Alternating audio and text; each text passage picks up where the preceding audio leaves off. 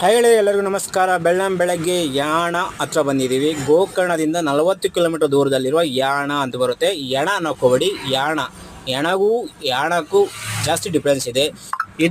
ಇದರ ಕಥೆ ಏನಂದರೆ, ಇದ್ರ ಸೃಷ್ಟಿ ಯಾವ ಥರ ಆಗಿದೆ ಅಂದರೆ, ಕೆಲವರು ಕಥೆನ ಕೇಳಿರ್ತಾರೆ, ಕೆಲವರು ಪುಸ್ತಕದಲ್ಲಿ ಓದಿರ್ತಾರೆ, ಕೆಲವರು ಮೂವಿನಾಗ ನೋಡಿರ್ತಾರೆ. ಇದರ ಬೆಟ್ಟ ಹೆಂಗೆ ಸೃಷ್ಟಿ ಆಯ್ತಂದರೆ, ಒಬ್ಬ ರಾಕ್ಷಸ ಶಿವನ ಮೇಲೆ ತಪಸ್ ಮಾಡ್ತಿರ್ತಾನೆ. ಆ ತಪಸ್ಸಿಗೆ ಮೆಚ್ಚಿ ಶಿವ ಪ್ರತ್ಯಕ್ಷ ಆಗಿ ಒಂದು ವರ ಅನ್ನೋದು ಕೊಡ್ತಾರೆ. ರಾಕ್ಷಸನಿಗೆ ವರ ಅನ್ನೋದು ಕೊಡ್ತಾನೆ. ಅದು ಯಾವುದು ಅಂದರೆ, ವರ ಯಾರ ಮೇಲೆ ಕೈ ಇಟ್ಟರೆ ಅವರು ಭಸ್ಮ ಆಗಬೇಕು ಅಂದ್ಬಿಟ್ಟು ಒಂದು ವರ ಕೊಡ್ತಾನೆ. ಆ ವರ ಮುಖಾಂತರನೇ ಇದು ಶಿವನ ಮೇಲೆ ಒಂದು ಸಾರಿ ಪ್ರಯತ್ನ ಮಾಡಮ್ಮ ಅಂದ್ಬಿಟ್ಟು ರಾಕ್ಷಸ ಹೋಗ್ತಾನೆ. ಆ ರಾಕ್ಷಸನಿಗೆ ತಕ್ಕ ಶಾಸ್ತ್ರ ಮಾಡಬೇಕಂದು ವೇಷವನ್ನು ಬದಲಾವಣೆ ಮಾಡಿಕೊಂಡು, ಲೇಡಿಯಾಗಿ ಬದಲಾವಣೆ ಮಾಡಿಕೊಂಡು ಭರತನಾಟ್ಯವನ್ನು, ನಾಟಕವನ್ನು, ಡ್ಯಾನ್ಸ್ ಅನ್ನೋದು ಆಡ್ತಾರೆ ಅವರು. ಆ ಡ್ಯಾನ್ಸಲ್ಲಿ ರಾಕ್ಷಸನ ಮೇಲೇ ತಲೆ ಮೇಲೆ ಇಟ್ಕೊಳ್ಳೋ ಥರ, ಕೈ ತಲೆ ಮೇಲೆ ಇಟ್ಕೊಳ್ಳೋ ಥರ ಡ್ಯಾನ್ಸ್ ಅನ್ನೋದು ಮಾಡ್ತಾರೆ.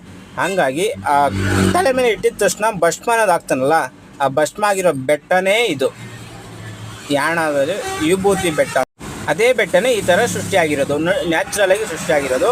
ಇದು ಒಳಗಡೆ ವ್ಯೂ ಯಾವ ಥರ ಕಾಣ್ತೀವಿ ನೋಡಿ, ಎಲ್ಲ ಮೇಲಿಂದ ಬೀಳಬೇಕು ಅನ್ನೋ ರೇಂಜಿಗಿದೆ. ಆ ಥರ ಇದೆ, ಆದರೆ ಬೀಳಲ್ಲ.